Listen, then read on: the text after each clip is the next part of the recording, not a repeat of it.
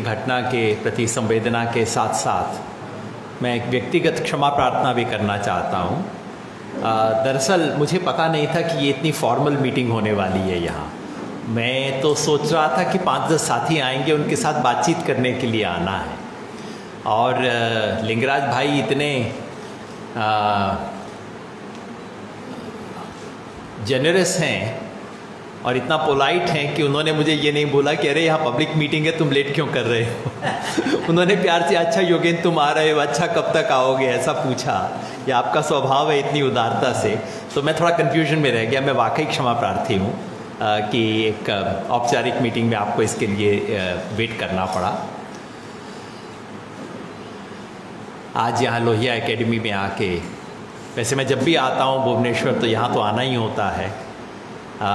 और एक बात जो हमेशा याद रहती है कि यही वो हॉल था जहाँ से किशन जी की अंतिम यात्रा शुरू हुई थी। तो हम सब के लिए, जिन लोगों का पूरा वैचारिक संस्कार किशन जी से बना है, हम सब के लिए एक विशेष स्थल है। ये प्रेरणा का स्थल है, अपनी वैचारिक स्थापनाओं को दोहराने का स्थल है। और जो काम किशन जी ने जीवन भर किया, जन आंदोलनों को एक जड़ विचार के हिसाब से उसकी व्याख्या नहीं की, उन जन आंदोलनों के भीतर जाके उसकी भावना को समझ के उस विचार को आगे बढ़ाने की कोशिश की, वही हम सब लोगों की जिम्मेवारी बनती है। जो किसान आंदोलन देश में चल रहा है, ये अभूतपूर्व अनूठा किसान आंदोलन, जिसके बीच कल वाली जो बर्बर हिंसक घटना है वो हुई है, और आज सुबह से जो खबर आ रही है वो तो और भी विचलित करने वाली है। किसानों के ऊपर जीप वाहन रौंद दिए जाते, बिल्कुल रौंदने वाली जो घटना है, रौंद दिए जाते हैं, मृत्यु हो जाती है, और उसके बाद कोई व्यक्ति को वहां जाने की अनुमति नहीं है। अभी खबर आई है कि उत्तर प्रदेश सरकार ने आदेश दिया है कि मध्य प्रदेश के, छत्तीसगढ़ के मुख्यमंत्री और पंजाब के मुख्यमंत्री का एरोप्लेन उत्तर प्रदेश में लैंड नहीं कर सकता। ये हो गया इस देश में। जो ऑपोजिशन के लीडर हैं अखिलेश यादव, उनको हाउस अरेस्ट में कर दिया है, प्रियंका गांधी को हाउस अरेस्ट में कर दिया है। ये क्या हो रहा है देश में? मेरे को इनमें से किसी की राजनीति से कोई सहानुभूति नहीं है, लेकिन ऐसा कैसे हो सकता है देश में भाई? पश्चिम बंगाल में कुछ होता है जिससे बीजेपी सहमत नहीं होती, सच है झूठ है कोई बात नहीं, झूठ बोलने का भी उनको अधिकार है सार्वजनिक जीवन में, लेकिन बीजेपी के लीडर जाते हैं ना पश्चिम बंगाल। अरे भारत है, आपको पासपोर्ट वीज़ा तो नहीं चाहिए भारत में घूमने के लिए। और आज इस देश में तमाम विपक्ष को लगभग कहा जा रहा है कि पासपोर्ट वीज़ा लेके आप उत्तर प्रदेश में आइए। ऑर्डर है उत्तर प्रदेश के सेक्रेटरी का, पंजाब से किसी व्यक्ति को, केवल चीफ मिनिस्टर को नहीं, पंजाब के किसी व्यक्ति को उत्तर प्रदेश में नहीं आने दिया जाए। ये क्या हो रहा है देश में? मैं समझता हूं जब कोई आंदोलन अपने शीर्ष पे पहुंचता है तो सत्ता इसी तरह से बौखला जाती है। हिंदी में इसे बौखलाना कहते हैं हम। You lose your senses completely. और उत्तर प्रदेश में यही हो रहा है। मेरी अपनी समझ तो ये है कि ऐसी कोई घटना आंदोलन को और तीव्र और ज़्यादा व्यापक ही बना सकती है। इससे तो आंदोलन रुकेगा नहीं। तो मतलब जब आपकी बिल्कुल सेंसेस खत्म हो जाती हैं कुर्सी पे बैठ के, तब आप इस तरह के काम करते हो जो उत्तर प्रदेश में इस वक्त हो रहा है। आज की बातचीत केवल कल की घटना के बारे में नहीं है, चूँकि मेरे मन पे थी और अभी सुबह से हावी रही है, इसलिए मैंने उसका कुछ जिक्र किया। लेकिन यहाँ चूँकि किसान आंदोलन से सहानुभूति रखने वाले सब साथी हैं, आंदोलन कर्मी हैं, या जिन्हें हमारे प्रधानमंत्री आंदोलन जीवी कहते हैं, वो हैं, सो आपके साथ एक इस आंदोलन के बारे में कुछ बात साझा करना चाहता था। सच बताऊं, यदि आप मुझसे पिछले वर्ष जून के महीने में ये पूछते पिछले वर्ष जून में अध्यादेश पास हुए थे, ऑर्डिनेंस के रूप में ये आ गए थे तीनों। अगर आप मुझसे जून 2020 में पूछते कि क्या इसके विरुद्ध कोई आंदोलन होगा, क्या वो आंदोलन राष्ट्रव्यापी हो जाएगा, क्या इतना बड़ा आंदोलन होगा कि मोदी सरकार की कुर्सी हिल जाए, मैं आपको जून 2020 में कहता नहीं, ऐसा कुछ नहीं होने वाला। आई विश कि ऐसा हो जाए, लेकिन होगा नहीं। क्यों? क्योंकि क्या होता है, रिट्रोस्पेक्टिव विजडम हम सबके पास होती है, लेकिन प्रोस्पेक्टिवली अगर आप देखो तो अगर 2020 जून में आप पूछते तो मैं कहता कि नहीं, देश का किसान इतना डाइवर्स है। केरला का किसान और उत्तर प्रदेश का किसान दो अलग दुनिया में जीता है। उत्तर प्रदेश में भी गन्ना का किसान और आलू का किसान और गेहूं का किसान तीन अलग दुनिया में रहता है। तो किसान को इस तरह से जोड़ना, भाषा, क्षेत्र, जाति, धर्म, इस सब में बटे किसान को जोड़ के एकदम इस सवाल पे आंदोलन करना, वो भी एक कानून पे जिसे ज़्यादातर किसान समझते नहीं हैं, और वो भी कोविड के दौरान, जबकि सामान्य शादी ब्याह करने की अनुमति नहीं थी, तो मैंने कहा होता कि नहीं, आंदोलन तो नहीं होगा। लेकिन फिर भी वो अभूतपूर्व आंदोलन हुआ जिसकी कल्पना करना भी संभव नहीं था। उसके लिए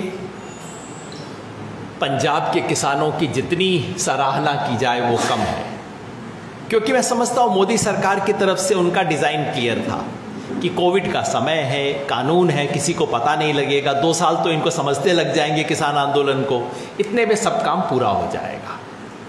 और सच कहूँ, मेरी अपनी समझ ये है कि ऐसा नहीं है कि केवल मोदी सरकार ये करना चाहती थी। मेरे विचार से पिछली सरकारें भी यही करना चाहती थी, उनकी हिम्मत नहीं हुई। इनका दुस्साहस हो जाता है ऐसी चीज़ें करने को जो और किसी की हिम्मत नहीं होती है, बस इतना ही अंतर है। और इन्हें लगा कि कोविड का समय है, चुपचाप से कर देंगे, किसी को पता नहीं लगेगा। हिंदी में हम कहते हैं धूल में लठ मारना, बहुत धूल पड़ाओ, उसमें लाठी मारो, इतना गर्दा उड़ेगा कि किसी को पता भी नहीं लगेगा कि लाठी किस पे पड़ी, कब पड़ी। जब तक धूल सेटल होगी तब तक सब काम निपट जाएगा। धूल में लठ मारने वाला स्टाइल था इनका ये। लेकिन पंजाब के किसानों ने अपनी समझदारी से जितना तेजी से इस पे रिएक्ट किया, जिस तरह से पंजाब के सांस्कृतिक कर्मियों ने, हम भूल जाते हैं, हम समझते हैं सब आंदोलन राजनीतिक कर्मी खड़ा करते हैं, पर वो सच नहीं है। पंजाब का ये आंदोलन वहाँ के कलाकारों ने, गीतकारों ने, संस्कृति कर्मियों ने खड़ा किया। उन्होंने पंजाब की चेतना को बदला, और उसके बाद जो किसानों की एकता के लिए पिछले 4 वर्ष से काम हो रहा था, अखिल भारतीय किसान संघर्ष समन्वय समिति जो 2017 में बनी थी, तब से काम चल रहा था, वो सारा काम एक साथ फ्रूशन पे आ गया। जैसे आप खाली सूखी जगह पे नहर खोदते रहते हैं, फिर अचानक फ्लड आती है और पानी उसमें भर जाता है, कुछ वैसा ही हुआ। तो जो पिछले सालों से कई काम चल रहे थे, वो काम सब अचानक एक साथ फ्रूशन में हो गए, और ये ऐतिहासिक घटना जिसका कोई अनुमान नहीं लगा सकता था वो हुई। खैर, फिलहाल मेरा आज का उद्देश्य इसका ऐतिहासिक विश्लेषण करना नहीं है कि ऐसा क्यों हुआ, जो असंभव प्राय लगने वाली चीज़ थी वो संभव क्यों हुई। ये इतिहासकार बताएंगे, शोधकर्ता बताएंगे, भविष्य में हमें बताएंगे। आंदोलन के इस मोड़ पे मैं 2 चीज़ों पे फोकस करना चाहता हूँ। जो बीत गया कल, अभी उस पे फोकस नहीं करना चाहता, आज और कल इस पे फोकस करना चाहता हूँ। आज हम कहाँ खड़े हैं इस आंदोलन में, इस आंदोलन ने क्या हासिल किया है। क्योंकि बहुत लोग कहते हैं 10 महीना हो गया। अभी भी मैं अपने इस मीटिंग में आने से पहले JNU में मेरे बैचमेट्स थे, और संयोग से मेरे बैच में उड़ीसा के बहुत लोग थे, तो उन साथियों ने मुझे बुला लिया था, उनके साथ कॉफ़ी पी रहा था जब मैंने आपको बैठा के रखा हुआ था। तो वो मुझसे पूछ रहे थे आंदोलन में क्या हासिल हुआ है, 10 महीना हो गया तुम लोगों को बैठे हुए, क्या मिला है। मैं कहता हूँ इस आंदोलन ने, किसी भी आंदोलन की 2 तरह की उपलब्धियाँ होती हैं। एक तात्कालिक उपलब्धि, आप जो मांग लेके चले वो मांग मानी गई, नहीं मानी गई, क्या मिला आपको, तात्कालिक रूप से हासिल क्या हुआ। और एक दीर्घकालिक उपलब्धि। इस आंदोलन की 3 दीर्घकालिक उपलब्धियां हैं जो हो चुकी हैं, सो कोई मुझसे पूछे ये आंदोलन सफल होगा या नहीं, मैं हमेशा कहता हूं ये आंदोलन सफल हो चुका है। It has had 3 historic achievements which no farmers movement has had in the last 70 years, at least last 75 years. I do not know of Tevhaga Andolan, what was it like, but 3 achievement हैं।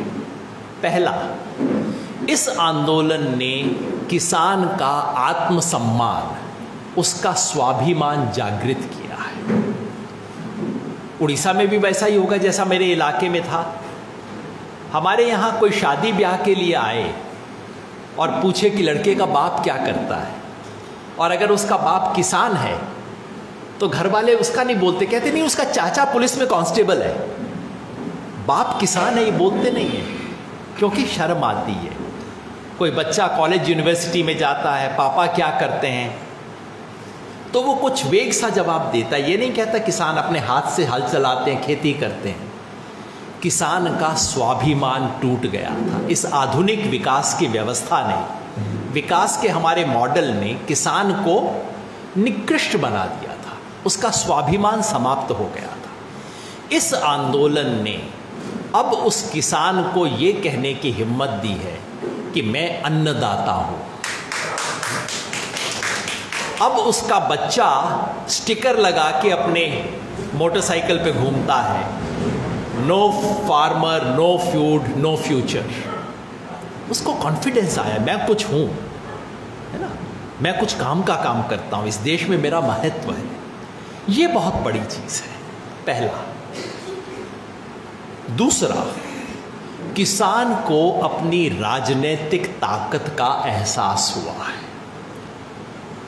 मैं कई बार कहता हूं किसान हनुमान जी जैसा है।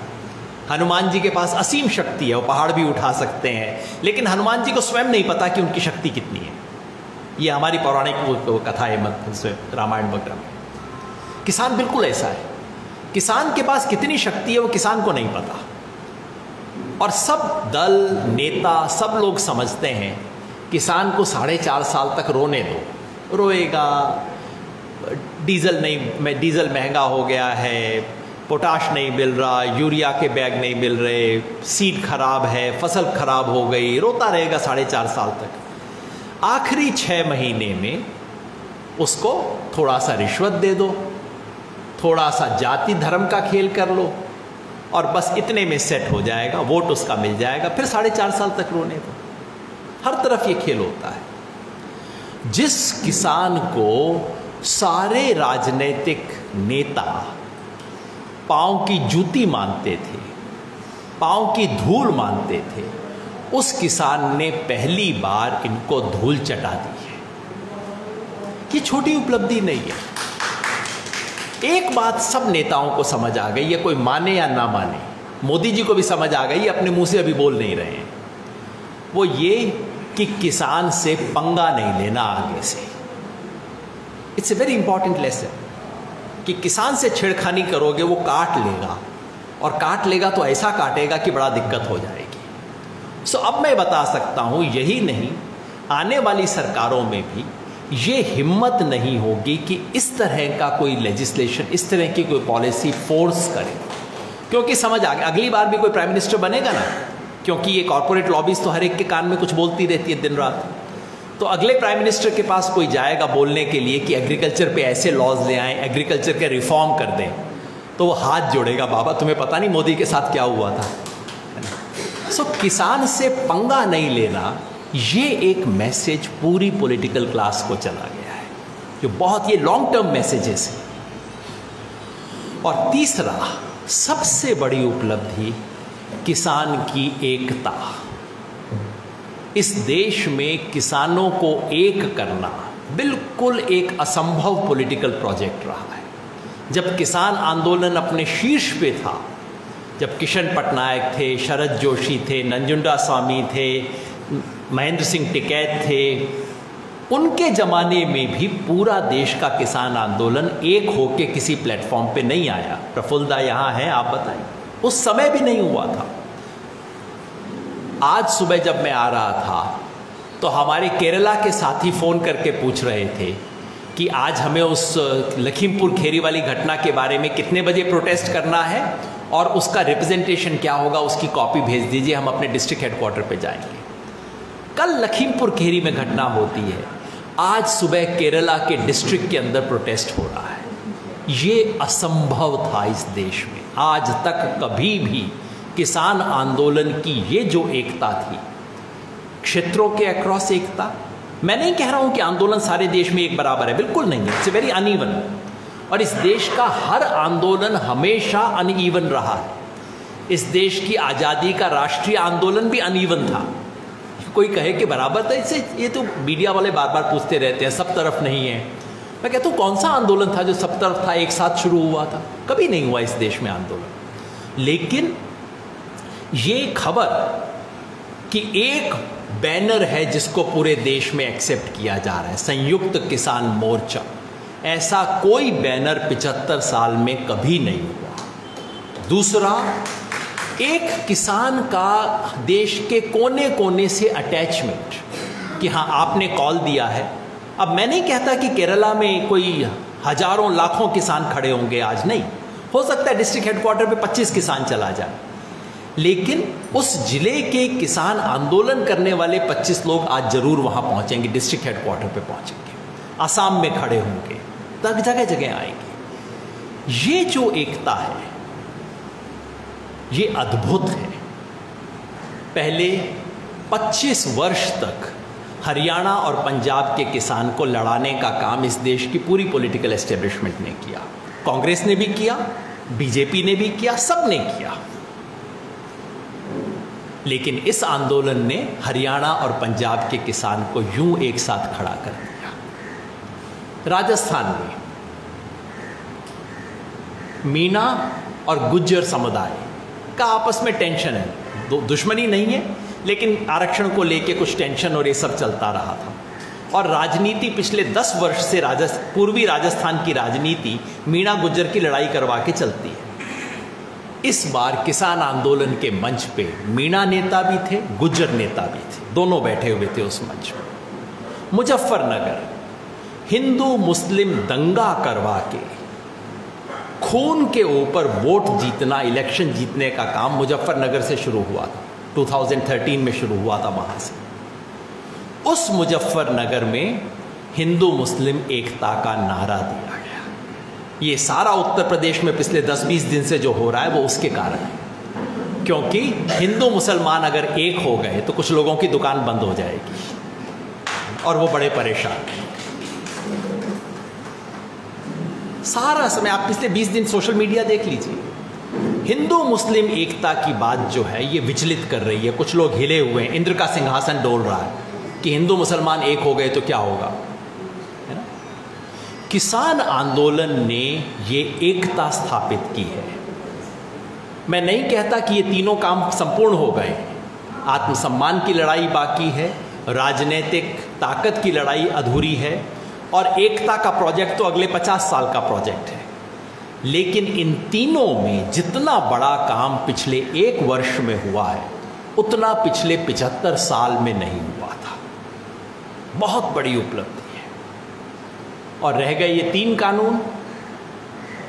मैं सच बताऊं, किसी ना इस सरकार की ना आने वाली सरकार की हिम्मत होगी कि इन कानूनों को लागू कर सके। अरे मैं केवल ओवर कॉन्फिडेंस से नहीं कह रहा हूं, सचमुच ये सरकार आज यदि हम अपना मोर्चा उठा के अपने घर अपने आप चुपचाप चले जाएं, मान लीजिए आज शाम को हम अपना मोर्चा उठाएं, घर चले जाएं, तो मोदी गवर्नमेंट को कोई तरीका ढूंढना पड़ेगा, सुप्रीम कोर्ट को कहना पड़ेगा कि प्लीज़ आप स्टे देते रहिए इस लॉ के ऊपर, हमें लागू ना करना पड़ जाए कहीं पे। ये तो उनके गले में सांप पड़ा हुआ है, उनको समझ नहीं आ रहा कि कैसे उतारा जाए। तो मैं मजाक में कहता हूँ ये कानून तो डेड हो गए हैं, बस हमें डेथ सर्टिफिकेट कलेक्ट करना अभी बाकी है। और उसको प्राइम मिनिस्टर ने अपनी पर्सनल प्रेस्टीज का सवाल बना रखा है कि डेथ सर्टिफिकेट पे साइन नहीं करूँगा मैं। वैसे डेथ सर्टिफिकेट पे प्राइम मिनिस्टर को साइन करना चाहिए ना, जब हर वैक्सीन पे वो अपना फ़ोटो चाहते हैं तो डेथ सर्टिफिकेट पे भी प्राइम मिनिस्टर का फ़ोटो होना चाहिए। आप ही देखिए, वैक्सीन के बाद मुझे सर्टिफिकेट मिला, प्राइम मिनिस्टर का फ़ोटो है। तो ठीक है भाई, जितने लोग मरे हैं इसके अंदर उस पर भी अपना फ़ोटो आप लगवा लीजिए। एनीवे, ये तो तात्कालिक उपलब्धि की बात थी। भविष्य की क्या बात है? कल, आज और कल जिसकी मैं चर्चा करना चाहता था, इस आंदोलन का भविष्य क्या है, आज इसका देश में रोल क्या है। यदि आप अनुमति दें तो मैं आपको 19वीं सदी यूरोप की एक थ्योरी पे ले जाना चाहता हूँ। वो थ्योरी कार्ल मार्क्स की थी। थ्योरी ये थी कार्ल मार्क्स की। कार्ल मार्क्स ने जो प्रोलेटेरियन रेवोल्यूशन की बात की थी, वो क्यों की थी? इसलिए नहीं कि कार्ल मार्क्स समझते थे प्रोलेटेरियत बहुत कोई अच्छी क्लास है, बहुत मॉरली सुपीरियर क्लास है, ऐसा कुछ नहीं मानते थे।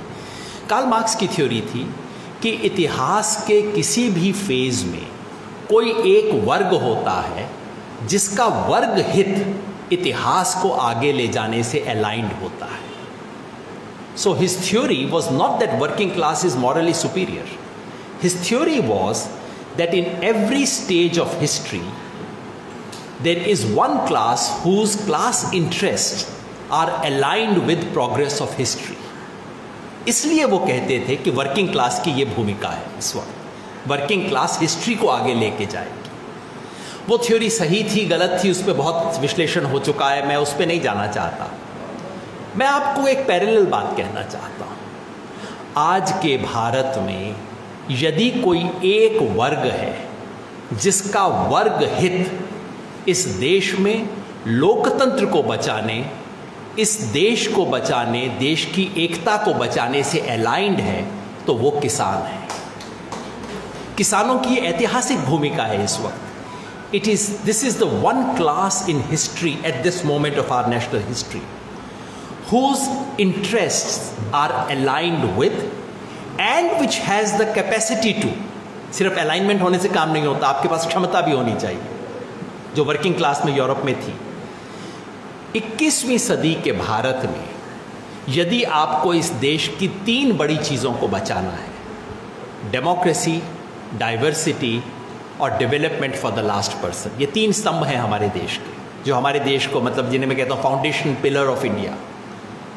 इन 3 को बचाने में किसका इंटरेस्ट है और किसकी क्षमता है?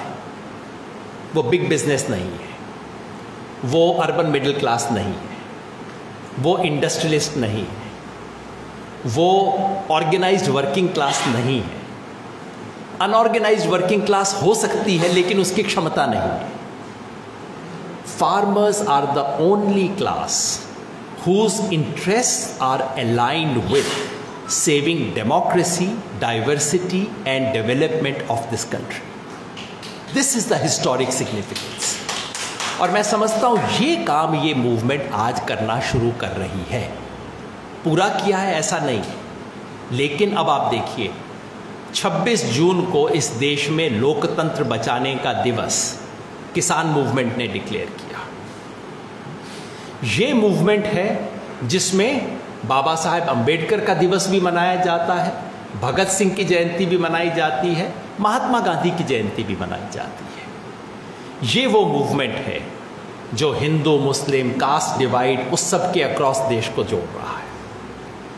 और ये वो मूवमेंट है, इसकी जो मांग है वो इस देश को डेवलपमेंट के एक अलग डायरेक्शन पे लेके जाएगी।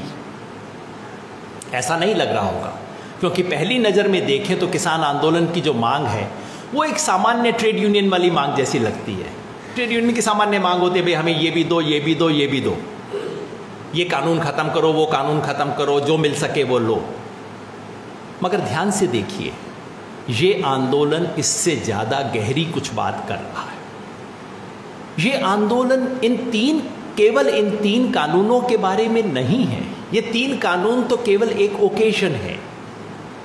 दरअसल ये इंडियन एग्रीकल्चर के नए आर्किटेक्चर के खिलाफ है। नया आर्किटेक्चर क्या है कि बिग बिजनेस, एग्री बिजनेस और कॉरपोरेट्स वो इस देश में एग्रीकल्चर को चलाएंगे, जो कि जैसे यूएस में होता है, यूरोपियन यूनियन में होता है, सब जगह किसान खेती थोड़ी करते हैं, कॉरपोरेट्स खेती करते हैं और उनके पास कर्मचारी होते हैं, तो जो किसान थे वो कर्मचारी बन जाते हैं। ये 3 कानून इस नए पैराडाइम को लाने की कोशिश है, और इन 3 कानूनों का विरोध केवल इन 3 कानूनों का विरोध नहीं है, वो इस नए पैराडाइम का विरोध है। और अगर आप और गहरे स्तर पे, पैराडाइम का विरोध कैसे है? क्योंकि ये पैराडाइम हमें बताता है कि एग्रीकल्चर करना देश में 3-5% लोगों का काम होना चाहिए, जैसे अमेरिका वगैरह में होता है 3%, 5% लोग वहाँ खेती करते हैं। हमारे देश में डायरेक्टली कोई 45%, इनडायरेक्टली 60% लोग एग्रीकल्चर पे डिपेंडेंट हैं, जिसका मतलब है कि ये नया पैराडाइम देश के 55% लोगों को खारिज करने का पैराडाइम है। और किसान आंदोलन का जो प्रोटेस्ट है वो उस पैराडाइम को रिजेक्ट करता है। और अगर उस पैराडाइम को रिजेक्ट करते हैं तो फिर हमें ये सवाल पूछना होगा, क्या इस देश का कोई आर्थिक भविष्य हो सकता है जिसमें खेती किसानी केंद्र में हो? आज की तारीख में हम मान के चलते हैं कि खेती किसानी इतिहास के डस्टबिन में डाल दी जाएगी। बेसिकली यही पैराडाइम यही है। किसान belongs to history, farmer is history, industry is future, villages are history, cities are future, यही हमें सिखाया जाता है। ये पैराडाइम है आज का किसान आंदोलन। इन शब्दों में नहीं, लेकिन किसान आंदोलन की जो मांग है वो मांग आपको इस पैराडाइम से दूर लेके जाती है। ये आंदोलन की मांग आपको एक विकास के वैकल्पिक पैराडाइम के प्रति सोचने को मजबूर करती है, जिसमें खेती किसानी केंद्र में हो, जिसमें देश के भविष्य की सोचते वक्त आपको गांव दिखाई दे, जिसमें यूरोप के डेवलपमेंटल मॉडल की नकल करना आपकी नियति ना हो। Much of the economic thinking in this country is based on the premise that we are condemned to repeat the history of Europe. And this seeks to challenge that assumption. कि हमारी नियति नहीं है कि हम यूरोप की उस घिसी पिटी हुई सड़क के ऊपर चले, हम अपना पाथ बनाएंगे, अपने उस पे रास्ते पे चलेंगे। सो किसान मूवमेंट इन तीनों सवालों पे, democracy, diversity and development for the last person, alternative development, इन तीनों प्रश्नों पे इस देश को सोचने को मजबूर कर रही है। इन तीनों प्रश्नों पे इस देश को भविष्य की राह दिखा रही है। इसलिए महत्वपूर्ण है। किसान आंदोलन केवल किसान के लिए महत्वपूर्ण नहीं है, ये पूरे भारत के भविष्य के लिए महत्वपूर्ण है। तो ऐसे में हम क्या कर सकते हैं? मैं समझता हूं आज आंदोलन जिस मोड़ पे आ गया है, इस आंदोलन के आलोचक कहते हैं ये हरियाणा, पंजाब, पश्चिमी उत्तर प्रदेश और थोड़े से राजस्थान के इलाके का आंदोलन है। लेकिन हमने बार बार देखा इस आंदोलन का इंटेंस जोन भले ही एक हो, लेकिन इस आंदोलन का सिंपैथी जोन, इस आंदोलन की कनेक्टिविटी जोन पूरे देश में बन चुकी है। पूरे देश में इस आंदोलन को कैसे मजबूत किया जाए, आज इस आंदोलन का फ्यूचर उसमें है।